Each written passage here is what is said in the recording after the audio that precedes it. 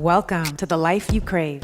Simple and sustainable weight loss for women who have better things to do than diet. I'm your host, Leah Pinelli.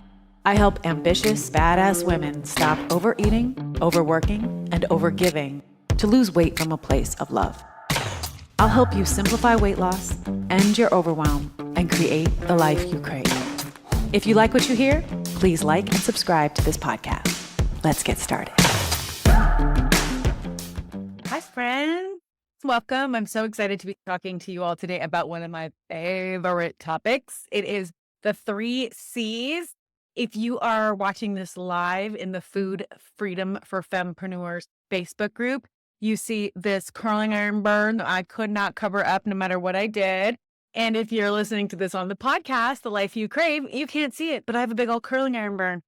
If you are listening on the podcast, please come over and join the Food Freedom for Fempreneurs Facebook group, because that is where we have all of the juicy discussion and community building that is founded, that is based, that is, sprouted from these podcasts or these live videos. So I welcome you over there. Even if you're not a fempreneur, as long as you are female identified, you are welcome. And for those of you who are watching me live in the group, Facebook still has not fixed whatever it is, so I can't see that you're actually here. But I trust that one day they will fix this for me. All right, let's dive right in. So last week in our free training here in the group, I talked about changing your thinking, right? And I talked a lot about how the mistake that people make when it comes to really changing their eating behaviors. And I'm talking about overeating. I'm talking about giving in to cravings and urges when you swore that you just weren't going to do it this time, right? You were going to quote unquote be good today. It's that whole start my diet on Monday mentality. And by Tuesday night, I always say you're like face first in a platter of nachos and a pitcher of margaritas kind of thing, right? The mistake that people make is they focus on the behaviors, right? Like, I don't want to eat nachos and margaritas anymore. I want to eat quote unquote clean, and I want to release unwanted weight, and I want to stop overeating, and I want to, et cetera, et cetera. And that makes sense, right? You would think that in order to change a behavior, you should focus on the behavior. But the mistake, as I talked about last week, is that people don't understand. And now you all do, because you watched that live from last week. But now you all understand, oh, my behaviors are actually being driven by my feelings. And my feelings are curated by my thinking. My thoughts create my feelings, right? So go back and listen to that one if you haven't already, because today's live is kind of an extension of that. It's like, okay, so now I get that my thinking is driving my feelings, and my feelings are driving my behaviors. The impulse then is to be like, okay, well, how do I change my thinking, right? How do I change my thinking? And to be totally frank, you absolutely 100% can change your thinking in very real and authentic ways that don't require you to do some kind of, crazy manifestation, affirmation thing in the bathroom mirror every day kind of thing, right? I can't teach you that here in the scope of our little mini trainings here. That is what we do in my community called the Fempire. And if you would like to learn more about that, you can drop the Fempire in the chat, or if you're listening to this on the podcast, you can head over to leahpinelli.com and learn all about it there and reach out and we'll chat about it. But what I can give you here is one of the most impactful, transformational tools or shifts that you can start to make in your thinking right now that is truly one of the main tenets of the work that I do with my client. And what that is the 3 C's. Now, I tend to get real excited, and I really try to keep these lives to 20 to 30 minutes max. So I'm going to talk about the 3 C's today, but I really can only give you an overview of the 3 C's. But what I really want you to know is that these 3 C's are truly the difference between it's what can move you from a diet mentality when it comes to changing your behaviors to an actual food freedom mentality. And so here's what I mean by this. I am very much anti-diet, but I also am the first to admit that if you want a different result, you have to actually change what you're doing, your behaviors, your actions, right? Like, we know that to be true. So how do you change your behaviors, eat differently, and live differently with food without restriction and without being on a diet. And the differences there are profound. And again, much deeper than I could possibly go into in this live. The very first big shift that you can make and that you can make today is to shift from a place of self-criticism and negative self-talk, which I know you've heard this. You're like, oh God, now she's going to tell me, that I shouldn't think negatively about myself. I shouldn't talk negatively about myself, yada, yada, yada. Okay, great. But the problem is usually when people are saying that, they're saying, oh, you should love yourself. You should go from this place of self-loathing to self-love. Well, I will be the first to tell you that doesn't work because you don't believe it, right? You don't believe it to be true. You think that there's something inherently wrong with you that is causing you to not be able to change your behaviors, let's say with overeating, because that tends to be the topic in here, right? But you think there's something inherently wrong with you that's causing you to overeat in the first place. And you think the problem is you. And so therefore, when you're like, okay, so I'm not supposed to talk shit to myself, like I'm the problem over here, right? Like, was it Taylor Swift say like, hi, the problem is me? Dr. Casey Means, actually, it was in her newsletter. Anyway, the point here is that we think the problem is ourselves. And you and I both know that if you think the problem is somebody else, you're certainly not going to have all of these really lovely thoughts about them, right? You're not like if you think that the reason you're miserable at work is because your boss is an ass, you're not going to sit around and be like, oh, but let me just love my boss and let me practice loving I mean, maybe you try that, but you and I both know that then the very next minute that he or she does something that you disapprove of, you're back into the criticism of your boss, right? When we think we are the problem and then somebody's like, oh, just love yourself. Oh, just talk nicely to yourself. It's like, yeah, no, it's called cognitive dissonance. It doesn't work because I really think I'm the problem. So the thing that you all have heard me say a million times is that you are actually not the problem. So regardless of what Taylor Swift says, you are actually not the problem when it comes to food and overeating. That's a whole other topic. We can talk about it later. I actually can explain to you exactly why you're not the problem. But for the purpose of this mini training here today, I want to offer you an alternative to just love yourself. And I want to offer you an alternative to just speak more kindly to yourself. Stop judging yourself. Stop criticizing yourself. Because it's easier said than done, especially if you don't believe it, and especially if there's cognitive dissonance. Instead of trying to swing the pendulum from, self-criticism and negative self-talk to self-love and positive self-talk, I want to offer to you that there is a space in the middle. And it's actually not even on the spectrum. Technically, something that I teach clients is that there is a place of neutrality, and that's not actually what I'm going to talk about today. I want to talk about using when you catch yourself in this negative self-talk, or even if you're not somebody. I have a lot of clients who are like, I don't actually beat myself up too much, but I am definitely frustrated with my, behaviors and my self-sabotaging habit. What I want to offer to you is the first C, and that C is curiosity. So the reason that curiosity is so crucial when it comes to lasting and sustainable behavioral change is because sustainable behavioral change can only happen. Listen to me now, write this down. Sustainable behavioral change can only happen if you are open to learning a new way. You have to be open to learning a new way because right now your patterns are deeply, you have created these grooves in your brain with these patterns with food and whatever other habits. These are deeply rooted, deeply seated. So in order to then start to dismantle that patterning, you have to actually be open to learning a new way. Well, here's the thing about curiosity. A lot of times we think that we're open to learning a new way, and we are. We actually are open to learning a new way.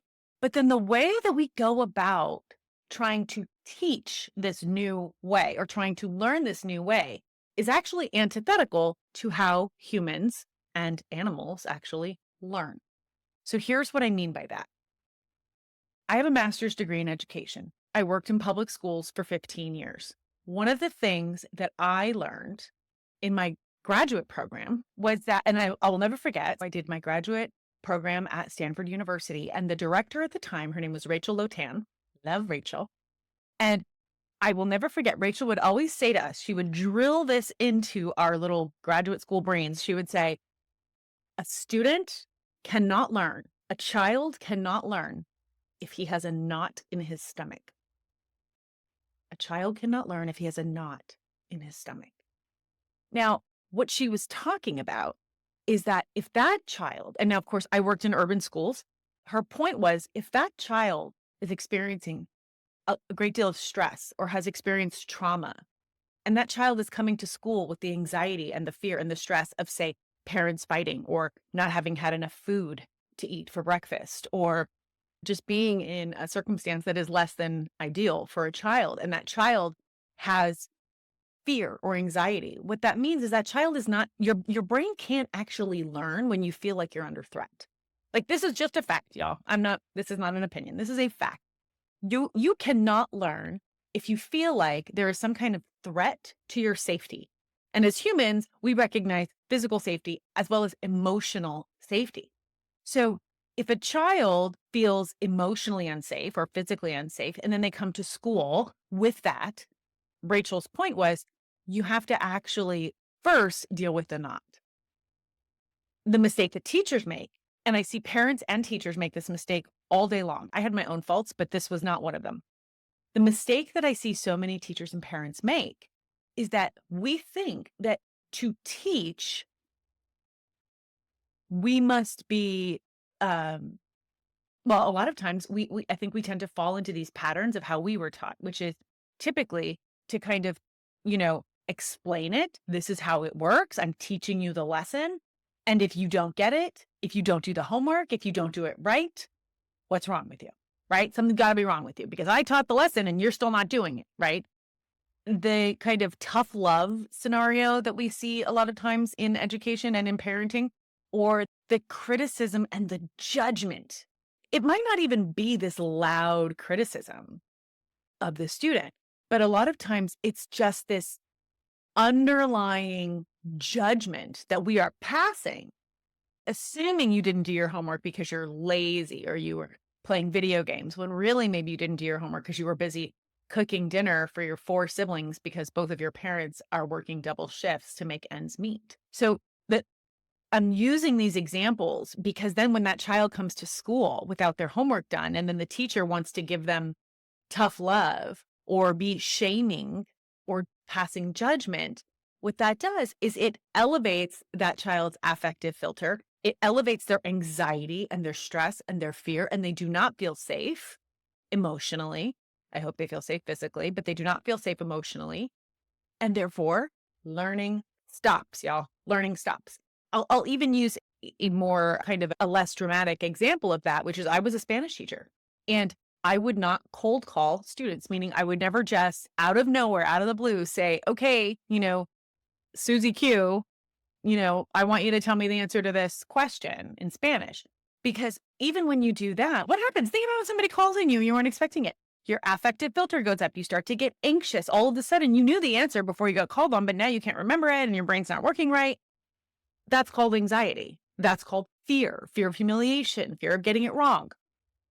Why am I going into all of this? Why am I going into how students learn? Because in this context, when you want to change your eating behaviors, you think you're open to learning it differently, but then the teacher part of your brain kicks in, or the parenting part of your brain kicks in. So when you tell yourself, okay, tonight I'm just going to eat, healthy leafy greens and tofu and whatever the things are, right? And then, I was just talking with a client about this yesterday. She was like, I had this whole plan. I was going to come home and I was going to have his egg, and then she does this wrap thing, and she loves it. It's super delicious. She walks in the door and there's a hot, steamy, fresh pizza that somebody had ordered on the table. And she's like, it's still gooey, right? In that moment, she totally ate the pizza. But the point is that in the moment, even the moment that she's reaching for the pizza, even the moment that she's putting it in her mouth and chewing the pizza, a lot of us, it already kicks in. Either we numb ourselves, we go into like a numbing mode because we don't want to deal with this disappointment and the shame that we're feeling because now we're eating pizza when we really had planned to eat something healthier. Or what happens is a lot of times that sinister voice kicks in right then. So we try to put a damper on that sinister voice, and we often then will just eat another piece and another piece and another piece because we are trying to drown it out. Well, this is what I call getting a case of the F-its. I already effed it up, right? So I might as well just keep eating. Now you might be thinking like, well, wait, what am I learning? What I teach my clients in the Fempire is what we have to do is we have to actually learn what we're thinking at the time, which is driving the feeling, which is causing the action, which is giving us the results that we don't love. And in order to do that, you have to be willing to learn. I need to learn about myself. I need to learn about the thinking that drives these actions. I need to learn about the feeling that drives these actions. Sometimes it's just really obvious. It's like, well, it was hot, gooey pizza and I'm a human being, so I'm going to eat it, right? Like that's definitely sometimes the case, but other times that's not the case. Other times it can be, I didn't even really want the cookies, but I ate them anyway, right? I really want to quit my sugar habit, but I keep finding myself every night after dinner going for the sweet treats that we keep around. Sometimes it can be an urge, but other times there's something deeper. There's an emotion that's driving the action, and that emotion is being curated by your thinking. So you have to be curious enough to start to pull back the layers and start to really look at what is the thinking and feeling that's driving this action. That's where curiosity comes in. And I can tell you guys right now, I'm not even going to get to the other two. So I'm going to have to go into compassion and courage next week. But curiosity is such a big one. And in fact, I actually thought about before I started this live that I might give this to you in pieces because these are big concepts to really, I want to encourage you to grapple with this a little bit, to play with this, right? Productive struggle over the next week until I come back for our next live. Oh, I really encourage you, by the way, to ask questions, comments in these lives, even when you watch them later on, even if you watch them a year from now. It will still notify me and I will still be able to answer you and support you and love on you and all the things. So please use this opportunity as you are available to it, as it is available to you. So in order to really start to pull apart these layers, we cannot do it from a place of shame and judgment, which, by the way, your shame and judgment has been socially conditioned since you were a very, very small child. So again, this isn't your fault. This is not your fault. And it can be undone. It can be rewired. And that's the beauty of this work. That's the work that we do. This is how you actually start being someone different from food as opposed to just acting different with food. You see the difference? Here's what it looks like. In the moment that you realize it, and now I always say this to my clients, sometimes you'll realize the moment of, I call it self-betrayal, right? Or the moment of self-sabotage. Sometimes you'll recognize that moment. You won't recognize it until it's already done. You already ate the pizza, right? You already had the cookies. And then it's like, a lot of times it surfaces as remorse, shame, guilt. And it works no matter when you realize it. So sometimes you'll realize it after the fact. Sometimes you'll realize it during. So like you're in the middle of eating the thing and you're realizing, oh, this is happening right now. I'm totally out of alignment with myself. This is self-betrayal, self-sabotage. And then a lot of times you'll realize it even as you're going for the pizza or as you're going for the cookies. And then other times you'll even know way ahead of time that you're going to self-sabotage. So it's basically these like 3 different places in the process you can realize it: before, during, or after, right? This works no matter when you realize it. So don't feel like, oh, I didn't catch myself before or during, so this isn't going to work. It still works. Here's what you do. You get curious about your behavior. I tell my clients, pretend like you are a scientist. This is straight up the scientific method, you guys, that you learned in 6th grade or whatever. This is not anything new. I am teaching you the scientific method as it applies to your own eating behaviors. And here's what I mean by that. I tell my clients to put on this proverbial lab coat. Pretend you are a scientist just for a minute. Some of you in this group are scientists, so just pretend you're you, but apply your skills as a scientist to this moment.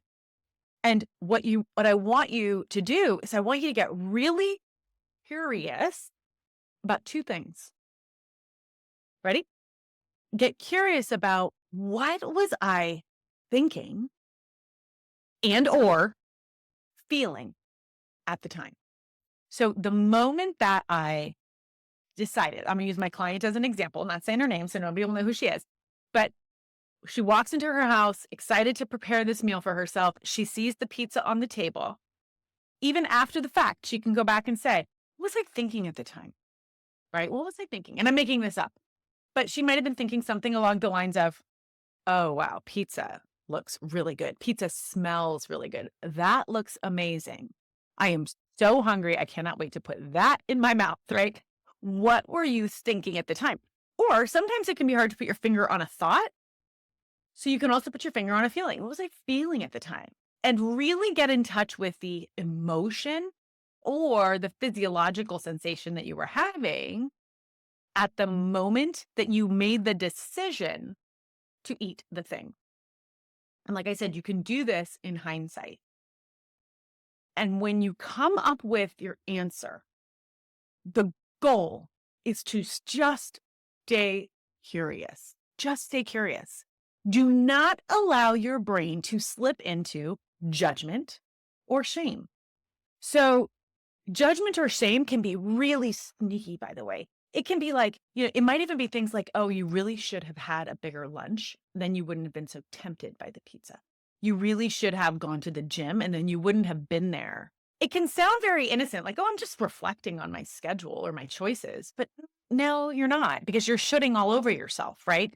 We're not going to do the shoulds here. So going back to my example from graduate school, one of the things that we learned in teacher education training was how to, and this is a very hard skill, actually. It's much harder than it sounds, but we had to go into other teachers' classrooms, skilled teachers, and we had to take observation notes. Observation notes are exactly that. They are so stripped down that you can have absolutely zero evaluation or judgment or assessment included in the observation. So an observation is literally like, teacher walks to the middle of the whiteboard. Teacher picks up black pen and illustrates her point. Teacher picks up red pen and highlights this particular example. I want you to make a description of what was happening in your brain without judging it. So, subject was thinking X, Y, and Z. Subject was feeling X, Y, and Z. The purpose is you will start to be able to see what's at play, what's going on underneath the surface so that you can learn from it. Because remember, if you layer in any kind of shame or guilt or any of that, judgment, self-criticism, negative self-talk, even if it sounds innocent, it's often not. Remember Dr. Lotan here. Remember Dr. Rachel Lotan. A child cannot learn if they have a knot in their stomach. You maybe aren't a child, but you are a human, and humans cannot learn if they have a knot in their stomach. And when you self-flagellate, right, when you start to beat yourself up, even in these really subtle, backhanded, passive-aggressive ways, you stop all learning from taking place. So that's why we start in the Fempire with curiosity. You have to be willing to be curious. Now, I'm gonna conclude this live, and I promise you I'll come back next week with compassion and courage. I might be able to fit those both into one training. But I want to conclude this by saying that this is also a practice, meaning to go from somebody who has consistently over time self-flagellated, right? Self-criticism, judgment, passive-aggressive or overtly aggressive. We have all been socialized and conditioned to hold ourselves to very high standards and then beat ourselves up for not meeting them, especially my perfectionists in the room and my black and white thinkers. We've all been conditioned to do this to ourselves, and we've all been talking shit to ourselves for decades, most of us. So again, even if it's passive, if it's like this backhanded kind of subtle shit talking or this overt shit talking, we're all doing. So when you decide, okay, I'm going to try what Leah's talking about. What I want to promise you is there will be times when you're not good at playing with curiosity. You will forget to play with curiosity. You will first start to beat yourself up and then switch to curiosity. Like there'll be all kinds of fumbles along the way. That's a part of the process. One of the things that we tend to do as women is we learn a new skill like curiosity, and then we commit to implementing it. And then we beat ourselves up when we don't implement it perfectly. And then we beat ourselves up for beating ourselves up. Am I right? Don't do that. Don't do that. Allow yourself to do this absolutely imperfectly. All I ask you to do is just commit to return to curiosity every time. So in the Buddhist tradition, meditation, there is this concept of a beginner's mind, which many of you have heard of. And the idea is that when you're sitting on your cushion and you're in meditation and your mind wanders, as it does, as it will, it is designed to wander. It is supposed to wander. You just bring your mind back to, depending on the type of meditation you're doing, but bring your mind back to the present moment. Bring your mind back to your breath. You're bringing your mind back however many times it takes. And so even if you sit for 5 minutes and you have to bring your mind back to your breath 500 times, you didn't fail at meditation. The practice is not to clear your mind. The practice is to bring your brain back every single time that it wanders. And you just bring it back when you notice. That's the practice. It's the exact same thing with curiosity. The practice is committing to come back to curiosity every single time. Even if you're in the middle of self-flagellation, bring it back to curiosity with love. And next week, I'll give you at least the second C, which is compassion, if not both the second and the third, as long as I can keep it in under 30 minutes. And right now it's been 29 minutes and 25 seconds. So I am signing off. I love and adore you all. Please come check out the Fempire. You can reach out to me in the DMs here and say, Haley, I want to know more about your Fempire program. Or you can drop Fempire in the comments. Or if you're listening on the podcast, you can go to leahpinelli.com and click chat with Leah and we'll chat about it. All right, you guys. Hope you all have a beautiful weekend. Ciao, ciao. You've been listening to The Life You Crave. I lost 30 pounds years ago without dieting, willpower, or deprivation. I'm on a mission to help other women, including you, do the same. You can book a free weight loss strategy session with me over at leahpinelli.com. That's LIAPINELLI.com. See you on our next call or on the next episode. And remember to like, subscribe, and leave a comment on iTunes.